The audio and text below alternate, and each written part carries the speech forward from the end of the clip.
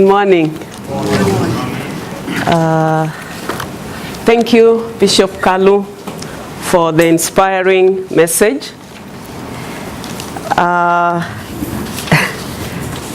want to thank us and to thank God for bringing us to this part of the world at this moment to reflect together. I always see the OD processes as journeys that merge and then diverge, come back, move forward. I don't have much to say. I want to summarize my message in three issues.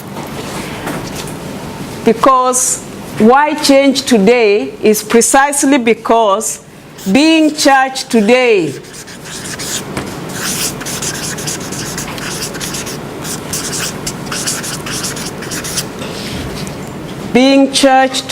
raises the challenge, the context within which we operate.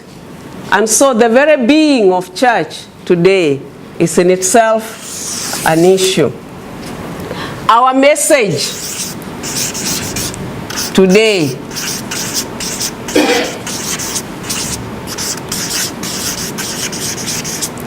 and finally, leadership today.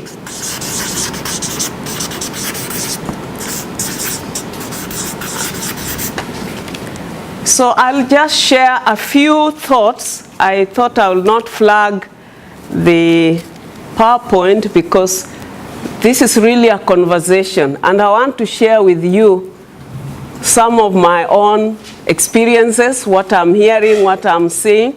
The bishop has already touched on one of the key areas of why change. If we look at change, then we want to say that leadership and organizational change remains a relevant ongoing subject for OD practitioners, for leaders, and even for researchers. So it's an important area.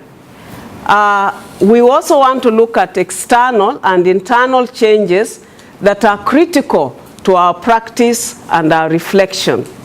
The first one for me is the fact that the church is a living organism that undergoes planned and unplanned processes. And these processes impact the life of the church. The second is that the church is a dynamic organization composed of human beings who also experience change individually and collectively.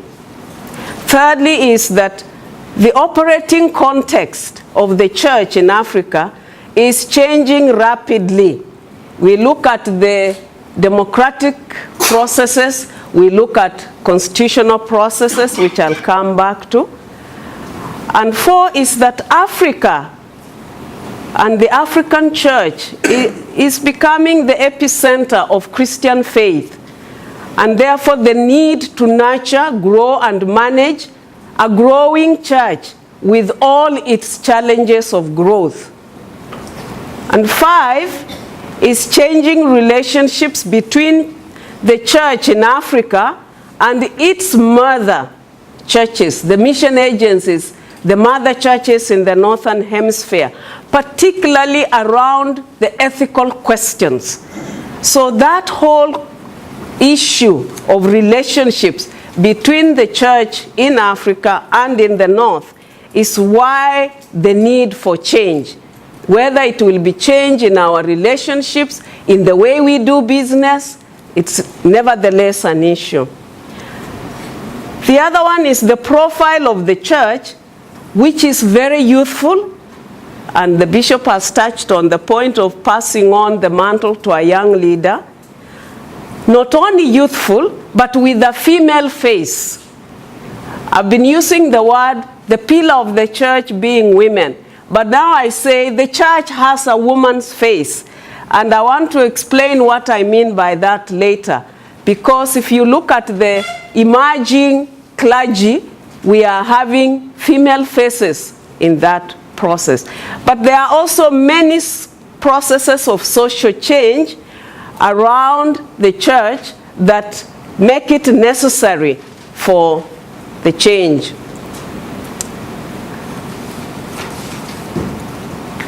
I thought I would also just share a few external contextual trends that are important and that also make it necessary for change. One is that the church globally and in Africa is operating within an interfaith context. And I want to thank those of us who chose to come to Mombasa.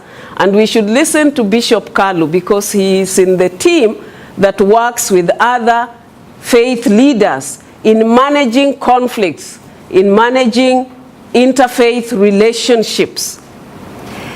Interfaith relations, and especially Muslim-Christian relations, do demand that we have to discuss the imperative change that comes out of that relationship. We are no longer islands of Christian communities. The dawah processes are as critical and as active, vibrant in our communities, and this is very important. The second external change is that Africa is the last frontier of resources for development.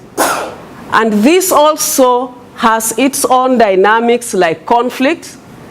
If you take South Sudan, for instance, there are discussions about why this conflict in South Sudan.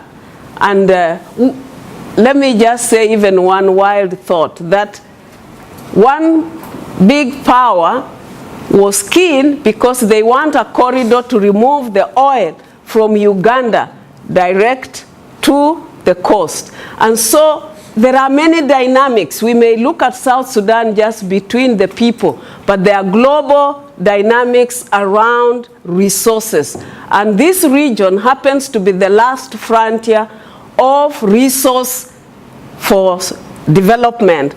And therefore, it also creates conflicts of different types. And the need for the church, therefore, to also wrestle with that. We also are living in a moment where we have new constitutional dispensation in many a country, new constitutions, the whole momentum of the rights of people, the whole momentum of empowerment of people, of election processes. And these have an impact on this growing church, on this expanding church. Related to the constitutional dispensations is also the regional blocks that the continent is forming, regional blocks to add value, to make a greater voice. And those of you who have read the East African of this week will see that there is a whole discussion of what AU, African Union, should really not allow a group of leadership that is coalescing around going backwards to dictatorial states. So these are issues that are important. The two more issues on this context that I think are forcing the church to reconsider the way it is managing itself is the whole issue of the growing gaps between the rich and the poor. On the one hand, you have a church that embraces both poor and rich, but the gap is extremely big. And one of the questions has been, how do you absorb the extreme rich 10% and the 90% poor people in your congregations, how do you engage the rich to give back to be?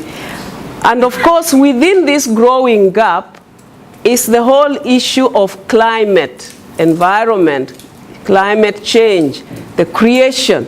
The church is living within a context where God's creation is threatened seriously. And finally, just as a context, a backdrop of this change, is the whole area of the growing Pentecostal evangelical movements. and the cultism.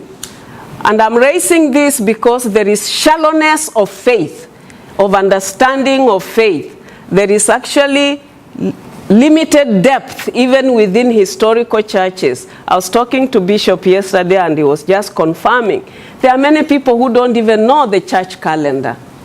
If you ask them about the church calendar, basic Sunday school knowledge is not known. So living in a multi-faith context that demands you to be grounded in your faith, living in a very cultic society, in a very diverse society, both in terms of communities, languages, but also access to resources and services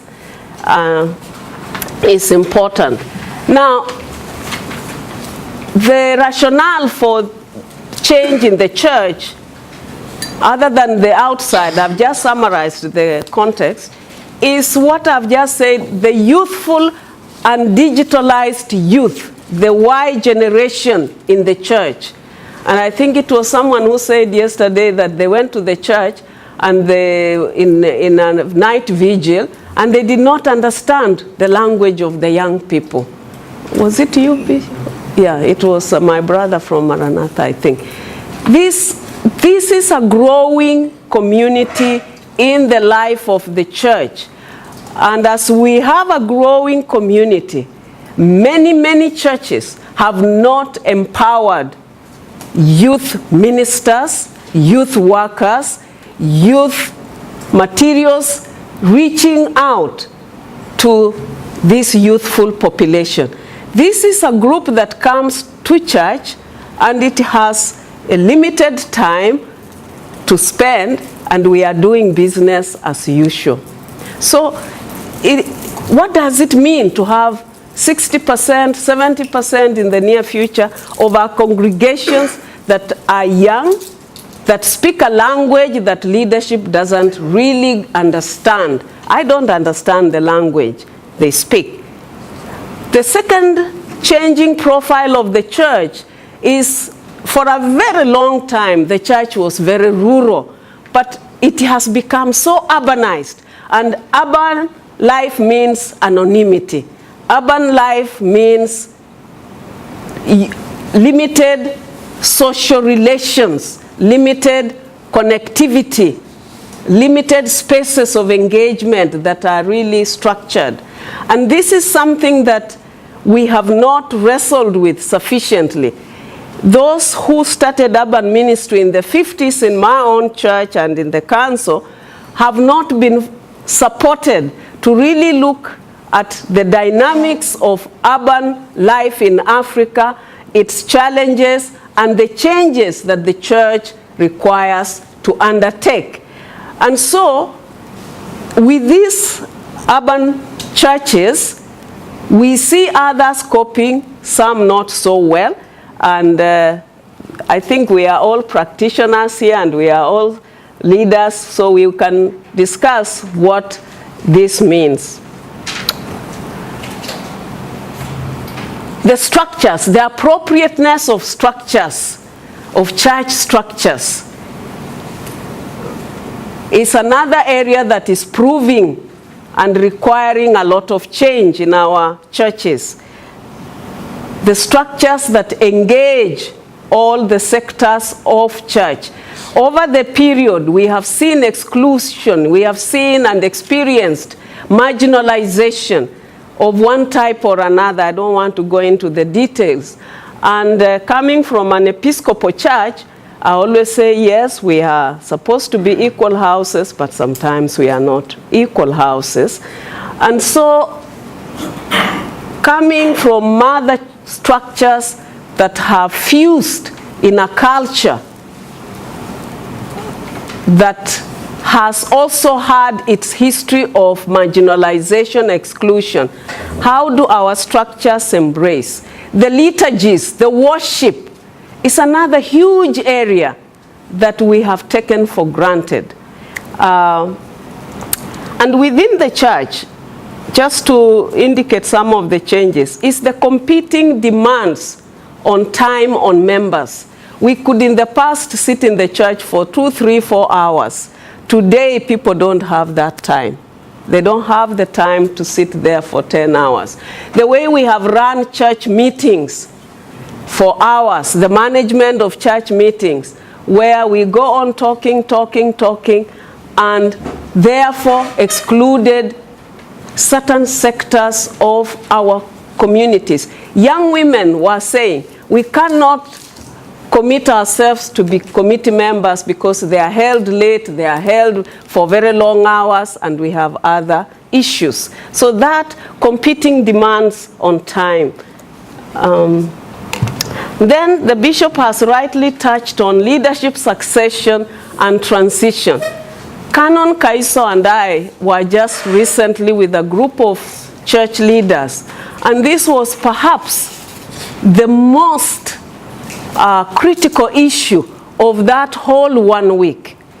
And it is, how do we start the preparation of succession, of transition?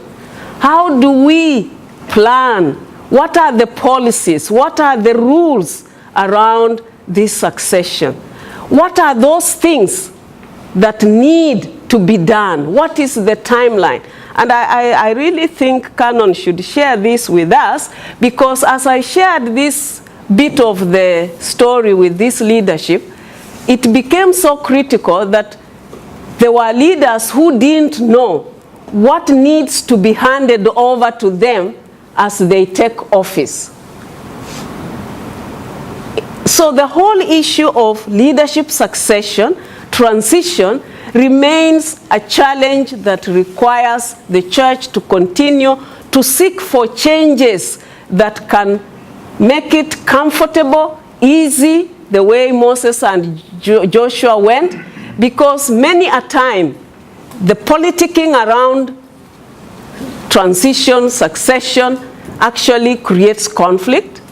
The elections around that, the management of those elections, the results of those elections, the way the whole process has been taken on reflects the secular process. And so at the end of succession, when people take over, they take over a church, a diocese, a congregation that is divided.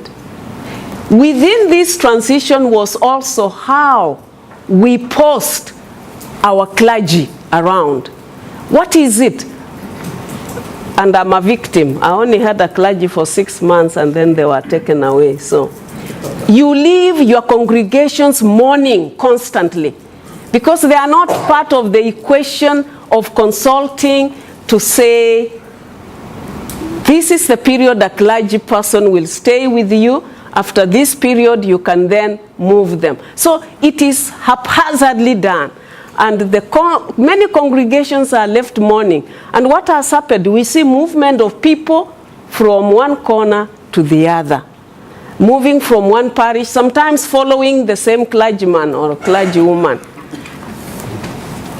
Now, I talked about the increasing female faces of clergy.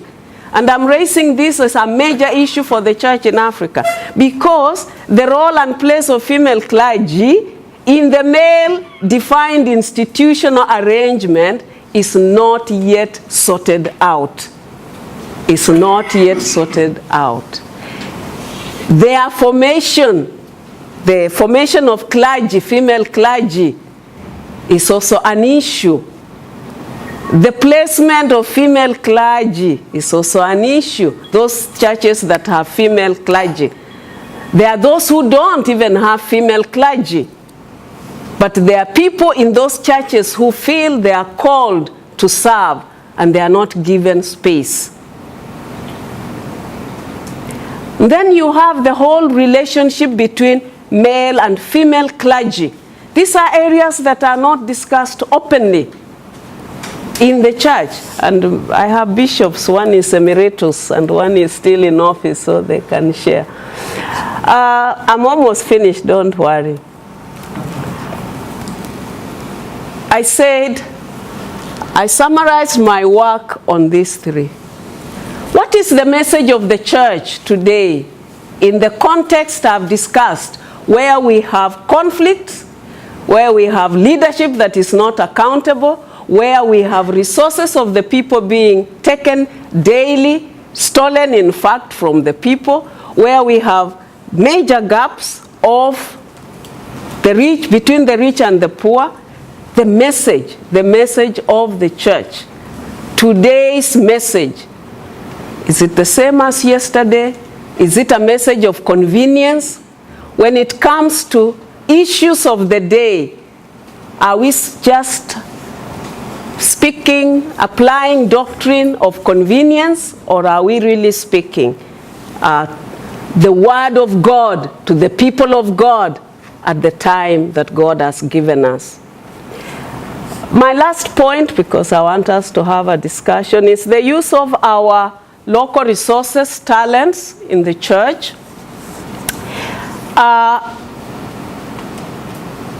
The place and the use of lay people as a key resource in the life and work of the church, I think increasingly we are seeing an appreciation of that.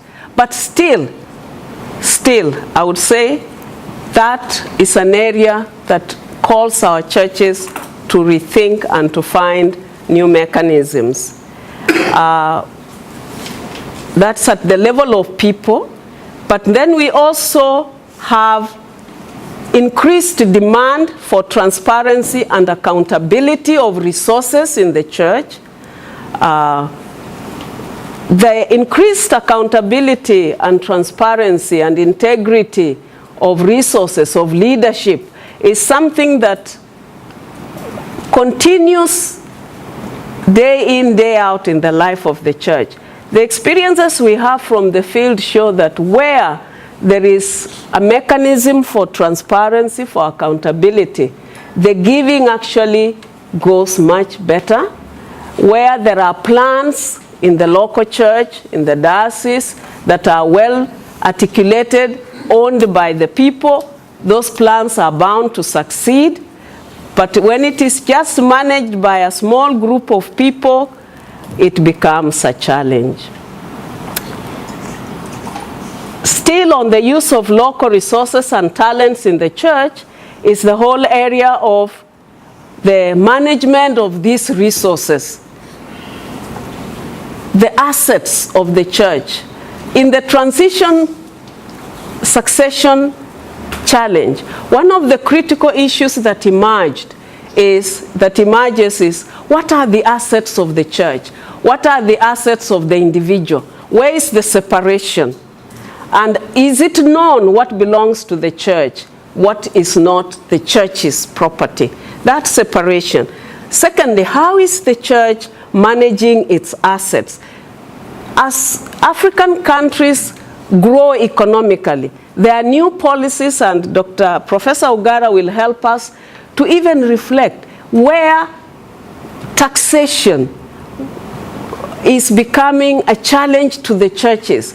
And if we have not used and managed our resources carefully, we stand to lose. Over a period in many a country, we've seen churches losing their vital assets, particularly land, to other faiths, to other communities, because they were not known. In some situations, we have conflicts because the resources were registered in the name of individuals. In other situations, the state is making demands because they know those sitting in leadership are actually corrupt. So you cannot speak to the state. This area of resource management is very, very critical. It allows the church to either speak with authority or not to speak, or speak in a tamed manner.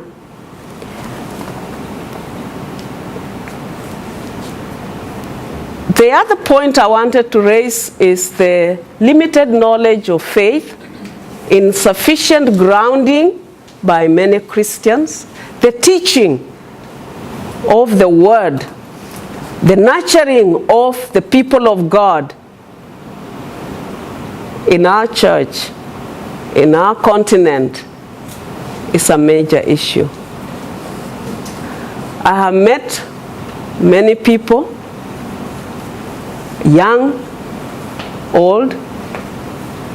And I think the fact that we have not an active Sunday school ministry in many a church, except the emerging big Pentecostal ones, the fact that we don't have an active youth ministry, and young people are out there in the digital world, they have a lot of demands. This issue of limited knowledge of faith, with what I presented in the context as new faiths also coming, new movements into the region, the fertile ground for cultism is so great. And friends, as I finish therefore, I want to say that the imperative for change has never been as great as today. Because being church in Africa today is so critical that the conflict between the African church and its mother church is something we should not put under the table. The conflict within the African church by various groupings in the church, the issues that have faced Europe are also facing us in one way or another. Secularism is part and parcel of a growing church in Africa. Rights in all its manifestation is also a growing part of our reality.